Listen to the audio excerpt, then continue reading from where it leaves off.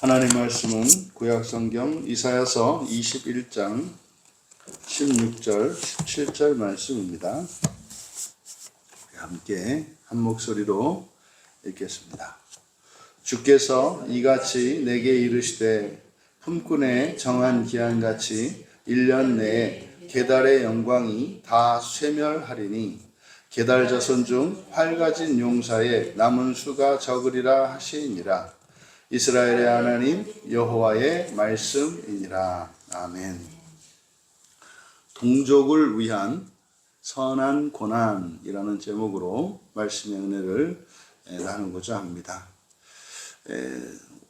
마지막 이제 16절과 17절에 이제 16절에서 이거는 이제 게달 자손의 이제 멸망에 대해서 예고하고 있는데 이것이 바로 앞에 이 대마 땅의 주민들에게 바로 전쟁을 피해 숨어든 이 드단 족속들이죠. 드단의 대상들을 이제 환대해야 하는 또 다른 이유로 제시하고 있습니다. 그래서 지금 16절과 17절 모두에 이제 왜냐하면이라고 하는 접속사가 사용되어서 바로 앞에 있는 절의 이유를 밝히고 있습니다. 하나님의 시간은 항상 정확합니다. 정확하고 분명합니다. 그래서 지금 16절에서 밝히는 바와 같이 품꾼의 정한 기한같이 이렇게 되어 있습니다. 품꾼의 정한 기한같이 1년 내에, 여기서 이제 품꾼의 해, 이것은 이제 고용계약 기간을 말하는데 주로 이제 1년 단위로 이제 고용계약을 이제 갱신하고는 했다고 합니다. 근데 이제 고용계약이라는 것이 주인과 이제 그 자기의 이제 노동을 제공하는 사람 사이의 계약인데 그것은 이제 정확합니다. 그래서 그 기간이 끝나면 그 계약이 이제 무효가 되기 때문에 이것은 뭐 하루를 더할 것도 없고 하루를 덜할 것도 없이 정확합니다. 그래서 지금 16절에서 왜냐하면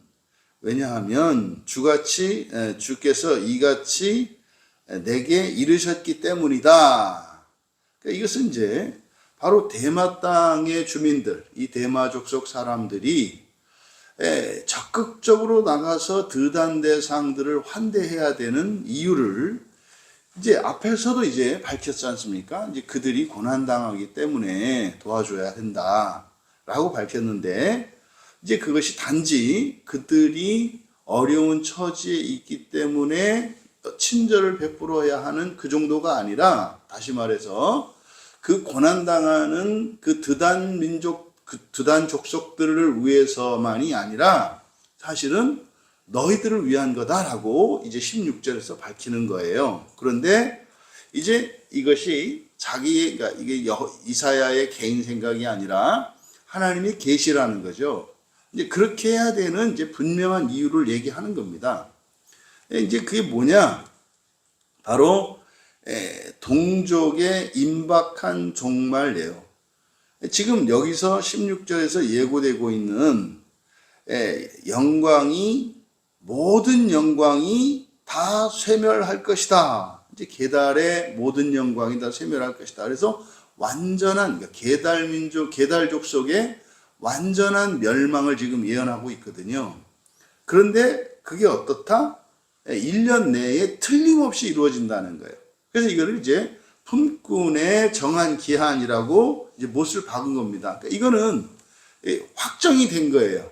1년 안에 이 게달 족속이 완전히 멸망하게 될 거라고 이야기를 한 겁니다. 그런데요, 이 게달 족속이 누군가? 여기 이제 창세기 25장에 나오는 이스마엘 족보에 따르면은 바로 게달은 이스마엘의 둘째 아들이란 말이에요. 근데 이들은 강력한 군사력과 부를 자랑하는 그런 족속이었습니다. 그러니까 이 세상이 자랑하는 어떤 힘과 부와 영광이라고 하는 이것이, 그것이 아무리 대단해 보이고 영원할 것 같아도 하나님의 시간 앞에는 한순간에 사라지는 안개와 같다는 것을 이야기를 해요. 그런데 왜 이 게달민족의 확실한 멸망, 그것이 바로 앞에 대마 땅의 주민들이 드단제사장들을 도와야 되는 이유가 되는가? 이게 이제 성경에서 하나님의 구원의 섭리를 이해하지 못하면 이게 이제 이해가 안 되는 얘기입니다. 그러니까 지금 16절에서 밝힌 바 바로 게달의 멸망이 코앞에 닥쳐 있기 때문에, 그래서 분명하고 확실하게 멸망할 거기 때문에 그들을 도우라는 거예요. 그러니까 고난에 처해 있는 드단족 속들을 돕는 그것이 게달민족의 확실하고 임박한 멸망과 관련이 있다고 얘기를 하는 겁니다.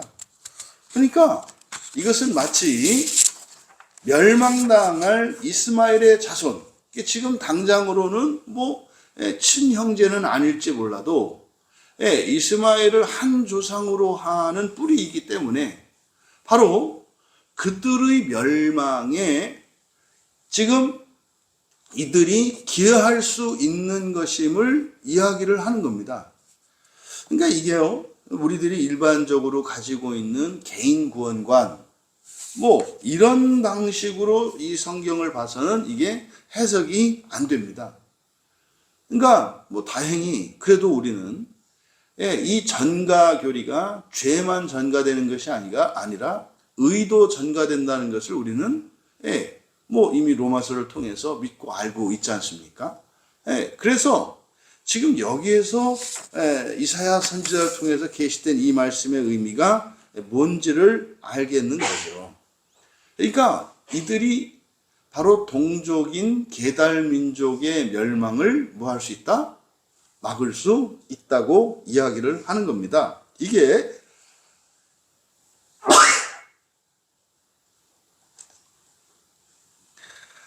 지금 이사야는 이 영광이라는 말과 15절에 전쟁의 어려움, 그래서 이 어려움이라고 하는 게 이제 코베드라고 했지 않습니까?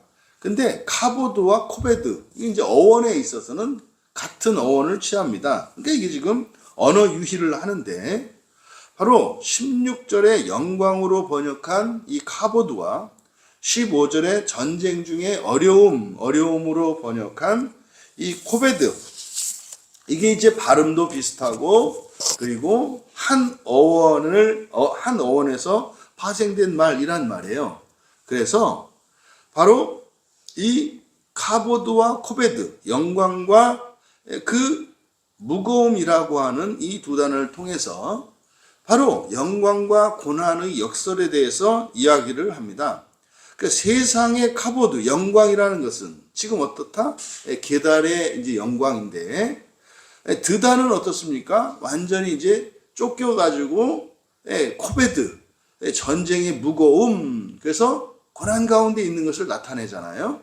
근데 둘 다 무겁기는 똑같이 무거운데, 바로 드단 대상들이 겪어야 하는 이 멸망 이후에 겪어야 하는 그 무거움이라고 하는 이것은 계속되는 무거움이고, 그리고 지금 영광을 누리고 있는 이 게달의 영광이라고 하는 것은 시효가 1년밖에 남지 않았다는 거예요. 그러니까요, 세상의 영광이라고 하는 것은 기한이 차면 순식간에 사라지는 것이지만, 바로 고난의 무게라고 하는 것은 여전히 남는 것이다. 이것을 이제 가르쳐 줍니다. 그래서 이 카보드와 코베드를 통해서 우리에게 이런 부와 권력과 힘이라고 하는 이 세속적인 영광이 주어졌을 때, 우리는 그 영광에 취하고 그 영광으로 이 즐거움을 추구할 것이 아니라, 그것을 통해서 그 영광이라고 하는 것은 시한부적이고 순식간에 사라지는 것이기 때문에 그것으로 우리가 해야 되는 가치 있는 일은 뭐다? 바로 고통받는 형제의 무거운 짐을 덜어주는 이런 선한 고난에 환대를 베풀어야 된다고 이야기를 하는 거예요. 그러니까 지금 드단이 있고 대마가 있고 그 다음에 게달이 있습니다. 여기서 대마와 게달은 한 족속이고요. 드단은 어쨌든 경쟁 관계에 있는 그런 족속인데 바로 동족인 게달의 멸망과 고난을 지금 고난받고 있는 경쟁 관계인 드단 족속을 도움으로써 도울 수 있다는 것을 이야기를 하는 거예요. 그러니까 지금 이 게달과 게달과 대만은 혈연 관계로 얽힌 족속이지 않습니까? 그러니까 이 게달의 멸망이라고 하는 것이 이게 남의 일은 아닌 거예요. 근데 문제는 뭡니까? 아니, 만약에 그 혈연 관계의 가치와 의미가 그리고 그 결합도가 취약하다면 이게 와닿지 않는 소리죠. 아니, 뭐, 4촌도, 8촌도 먼데, 지금 뭐, 여기 대마 족속하고, 게달 족속하고 상당히 거리가 있죠. 시간이 지금 뭐 상당히 이제 멀죠. 그러니까 뭐 지금 창세기에서 일어난 일을 가지고 이야기를 하거든요. 근데요, 이제 사랑이죠. 이게 그 혈육의 그 사랑이라고 하는 이것이 어떤 사람에게는 의미 있게 받아들여지고 이것이 정말 그러면은 이게 의미가 있는 거구나 이렇게 납득이 되는 사람이 있겠고 어떤 사람에게는 그게 무슨 상관이야 뭐 이렇게 되겠죠. 그러니까 여러분 우리가 종종 예배를 드리고 할 때 이것이 여러분의 선대의 조상들과도 관련이 있습니다 라고 이제 뭐 자주 말씀을 드립니다만은 그게 어떤 사람에게는 의미가 되고 선한 고난의 삶을 살아갈 만한 충분한 이유가 있고 그것은 굉장히 보람되고 영광스러운 것이구나 라고 이렇게 동의가 되는 사람이 있는가 하면 전혀 아니 뭐 한 부모에서 태어난 자식들 사이에서도 척을 지고 살아도 이상하지 않은 것 같은 이 시대 정신 속에서 지금 게달 족속의 멸망을 위해서 대마 족속들에게 그 선한 고난, 이 환대라고 하는 게 그거지 않습니까? 오히려 도움이 되는 게 아니라 오히려 경쟁 상대를 도움으로써 오히려 그들이 재기할지도 모르는데 그들을 도우라고 하는 그 명령에 대한 이유가 되겠느냐 이 말이에요.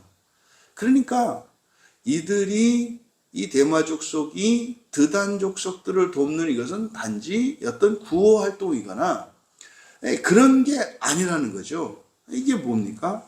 바로 형제의 고통을 덜어줄 수 있는 방법이라고 이야기를 하는 겁니다. 여러분, 여러분의 뭐 한 30대 조 할아버지로부터 난인 여러분의 친척, 이제 말하자면 같은 성씨 아니겠습니까? 같은 성씨를 가진 다른 누구 앞에 임박한 멸망을 위해서 여러분들이 선한 고난의 의미로 내가 도저히 베풀고 싶지 않은 친절과 환대를 그런 대상에게 베푸는 것이 의미가 있다고 받아들여지십니까? 그렇게 될 수 있기를 바랍니다. 그렇게 될 수 있기를 바랍니다. 그럼 여러분 누군가가 나의 멸망을 임박한 멸망을 위하여 선한 고난을 대신 감당함으로써 저의 멸망이 늦춰지고 다시 한번 기회가 주어진다면 그것이 의미 있다, 보람되다 이렇게 느낄 수 있는 그런 분량의 사랑을 가진 우리들이 되기를 바랍니다. 출애굽기 34장 7절은 굉장히 중요한 구절인데 하나님이 벌은 면제하지 않으시지만 바로 인자를 베푸시는 분, 이제 헤세드죠. 인자를 베푸시는 분인 것을 보여주거든요. 그래서요, 이 죄악에 대해서는 아버지로부터 이제 3대, 4대까지. 그런데 주의 인자는 천대로. 그래서 이 천대는 뭡니까? 위아래로란 말이에요. 위로, 아래로. 그런데 벌은 아래로 길어야 4대라고요. 이게 이제 하나님의 인자의 원리거든요. 그러니까 인자를 베푸심에 있어서 무한하신 하나님의 그 원리를 따라서 우리가 살아간다면 내가 내 동족에, 이제 우리로 얘기하면 같은 성씨죠. 같은 성씨를 가진 그 집안 사람의 멸망을 위해서 다른 누군가에게 선한 고난으로 환대했을 때 그것이 그들을 도울 수 있는 길이라고 하는 것은 하나님의 헤세드의 성품에 기인하는 것이다. 여러분, 이어서 17절에서 다시 한번 왜냐하면 이렇게 됩니다. 그러니까 17절에 왜냐하면은 바로 16절에서 예고된 게달의 멸망에 대한 설명이에요. 그러니까 1년 내에 모든 영광이 쇠멸할 것이다, 약해질 것이다, 이렇게 말을 하거든요. 근데 그 이유, 그러니까 뭡니까? 게달 족속이 멸망하게 되는 이유를 이제 17절에서 밝히는데, 앞서 말씀드린 것처럼 게달은요, 활을 잘 쏘는 용맹한 전사들로 유명하단 말이에요. 그래서 게달의 장막, 그러면 힘과 강대함을 천하무적을 상징한다고요. 게달 족속 그러면. 그래서 게달의 장막, 게달 족속들이 쳐놓은 그 시커먼 가죽 해달로 된 그 천막만 봐도 사람들이 무서워 떨었단 말이에요. 그러니까 용감무쌍하고 아주 명사수 그 궁수들로 유명한 족속이거든요. 그런데 본문은 뭐라고 하냐면 활 가진 용사의 남은 수가 적으리라 그랬는데, 적으리라 라기보다는 마아트니까 줄어드는 겁니다. 줄어드는 겁니다. 그러니까 게달 족속의 그 힘의 상징이 그 궁수들인데, 그 용사, 이 게브라, 깃보르죠. 그 용사들의 수가 점점점 줄어들 거다. 그러니까 힘을 잃어갈 거다라고 이야기를 하는 겁니다. 그래서 17절은 무엇을 이야기하는가? 하나님이 정하신 기한 안에서 주어지는 이 세상의 모든 영광이라고 하는 것은 언젠가는 반드시 쇠락하고 멸망하게 되어 있는데, 그것은 우리의 어떤 노력으로도 그것은 막을 수 없다는 겁니다. 점점점 쇠락하게 돼 있다는 겁니다. 그냥 사람이 태어나서 늙어지고 병들고 죽는 것처럼 이 세상에 있는 모든 영광은 다 그렇게 점점 쇠락해 가는 것이라고 설명을 하는 겁니다. 그러니까요, 게달의 멸망은 막을 수 없다. 그런데 이것을 막을 수 있는 방법이 있다. 그러니까 그들의 멸망을 도와줄 수 있는 방법이 있다. 그게 뭐다? 바로 너희들의 선한 고난으로서의 환대다라고 말씀을 드리는 겁니다. 여러분, 그 선지자 중에서 그 유명한 선지자 있잖아요. 하나님한테 들이댔던 요나 선지자.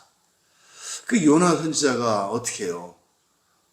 바다 재물이 돼가지고 그냥 생재물이 돼가지고 바닷속으로 던져지잖아요. 물고기한테 삼켜지잖아요. 3일 동안을 음부에 있게 되잖아요. 고기 뱃속에 있는데 그 음부로 표현하거든요. 그러니까 꼬박 3일 동안을 물고기 뱃속에서 들어가서 살아요. 여러분, 우리가 입장 바꿔 생각해봐요. 막 풍랑이 인다 그래가지고 내가 재물이 돼가지고 바다에 나를 던져라. 그래서 사람들이 들어가지고 그 바다에 던져질 때 기분이 어떻겠냐고요. 아주 생생하게 묘사되잖아요. 그러니까 이 요나가 물에 던져지면서 빠져서 그 물고기 뱃속에 삼켜지기까지의 이 공포와 이거는 뭐 이루 말할 수 없어요. 자세히 묘사하고 있거든요. 근데 그게 지옥의 고통이었다고 말을 해요. 근데 요나가 그렇게 한 것은 사실은 하나님께 불순종해서 그런 거잖아요.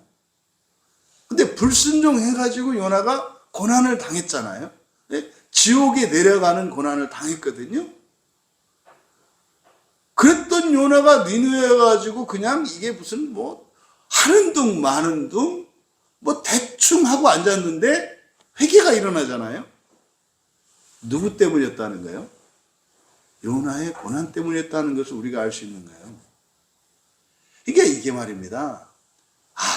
그러니까 우리가 그동안 가지고 있었던 그 하나님의 구원의 원리와 이런 것들이 얼마나 왜곡되어 있어요. 그러니까 기독교는요, 개인주의가 될 수가 없어요. 개인주의가 될 수가 없다고요. 그리고요, 서로 척지고 미워하고 분리되고 이런 일이 일어날 수가 없는 거예요. 왜요? 어느 누구도 불확실한 미래를 살아가기 때문에 절대로 누군가가 나를 내친다 할지라도 내가 스스로 걸어나갈 수는 없는 거예요. 그러니까 미래를 위해서라도 어떻게 해야 돼요? 붙어 있어야 하는 게 기독교인 거예요. 뭐 하면? 하나님의 구원의 섭리를 알면. 여러분, 오늘 이 말씀, 그러니까 우리가 멸망으로부터 구원할 수는 없어요. 무슨 말이냐면 멸망당할 이유 자체를 우리가 바꿀 수는 없다 이 말이에요. 다만 뭐 할 수 있다? 멸망을 늦출 수는 있다. 니느웨가 딱 거의 70년 늦춰져요. 70년. 그리고 나서 이제 75년 뒤에 다시 이제 뭐 나오면 선지자가 와서 결국은 멸망하거든요. 그러니까 우리가 구원은 못하지만, 그러니까 근본적인 구원은 못하지만 뭘 할 수 있다? 도울 수는 있다. 도울 수는 있다. 여러분, 그러니까 이사야서 21장이 단순하게 무슨 뭐 바벨론의 멸망이고 두마와 아랍의 그거 아니고요. 놀라운 구원의 섭리를 담고 있는 장이 21장입니다. 여러분, 그러니 우리 주변에 고난당하는 사람이 있다면 상황을 고려하지 말고 뭐 해라? 도와라. 그것이 누구를 위한다? 당신의 족속을. 우리로 말하면 가문이죠. 그런데 계산은 알겠는데 문제는 가슴이 뜨거워지지를 않아요. 가슴이. 그러니까 사랑이 있지 않고서는 이런 말씀들이 그렇게 의미로 와닿지 않는다 이 말이에요. 여러분, 누구를 도우라고 하는 얘기는 역으로 말하면 세상 모든 사람에게 나를 도와주라고 말씀하는 거거든요. 내가 누구를 돕는다면 역으로 내 입장에서 보면은 세상 모든 사람으로부터 도움을 받는 게 되거든요. 여러분, 내가 돕는 것과 내가 세상 모든 사람들로부터 도움받는 것을 따지면 어느 게 큽니까? 내가 받는 게 크죠. 내가 받는 게 크죠. 근데 이 구원의 원리가 생각이 나질 않으니까 안 도와주고 안 받으면 되지 이렇게 한다 이 말이에요. 여러분, 나는 대로 주고 고난을 말해요. 고난을 대로 겪고 복을 말로 받을 수 있는 이 놀라운 하나님의 헤세드의 원리를 따라 살아가겠노라 다짐할 수 있는 우리가 되기를 바랍니다. 오늘 말씀에서 우리에게 주신 이 중요한 영적인 원리, 세상의 영광은 어떻다? 유한하다. 세상의 모든 영광은 유한하다. 잊지 마십시오. 젊음도 한때고 명예도 한때고 능력도 한때고 모두 기한이 정해져 있고 사라질 것이라는 것. 그래서요, 예수님께서도 그러지 않습니까? 불의한 재물로 세상의 영광이죠. 뭐해라? 친구를 사귀라. 친구를 사귀라. 그때 그 친구가 친구 될 만한 사람이 아니에요. 여러분, 바로 이 세상의 유한한 영광으로 무한한 것을 얻으며 살아가시는 우리 모두 되시길 바랍니다. 두 번째로 이 환대, 고난에 처해 있는 사람에 대한 환대는 멸망을 늦출 수 있는 능력이다라는 것을 기억하셔야 돼요. 그러니까 고난 중에 있는 이들을 돕는 것은 형제들의 멸망을 늦출 수 있는 능력이다. 종말론적으로 지옥에 가 있는 이들에게 그 지옥의 고난의 짐을 덜어줄 수 있단 말이에요. 근본적으로 구원하실 자는 예수 그리스도 한 분입니다. 근데 우리는 어떻게 할 수 있다? 도울 수는 있다. 그 고난을, 멸망을 도울 수는 있다. 그것이 성경에서 우리에게 요구하는 환대란 말이에요. 마지막으로 결국 이 사랑의 환대라고 하는 이것을 통해서 공동체의 구원과 운명은 연결되어 있다는 사실을 우리가 알 수 있습니다.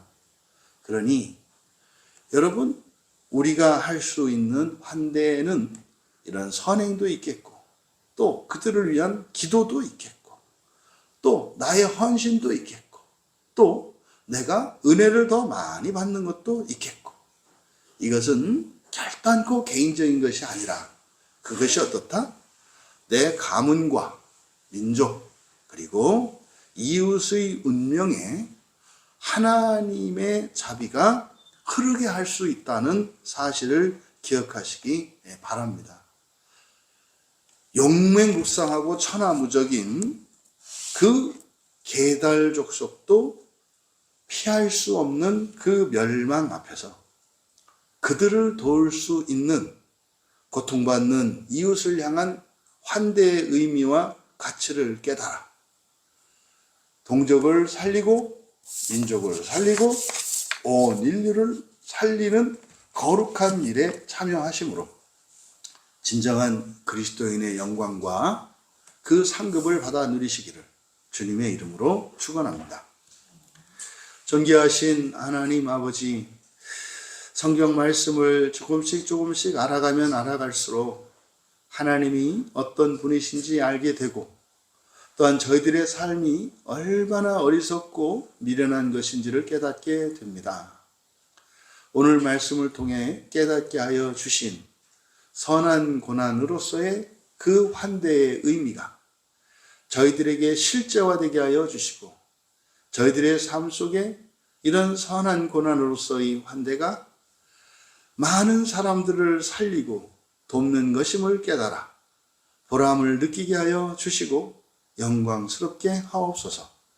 감사하며 예수님의 이름으로 기도하옵나이다.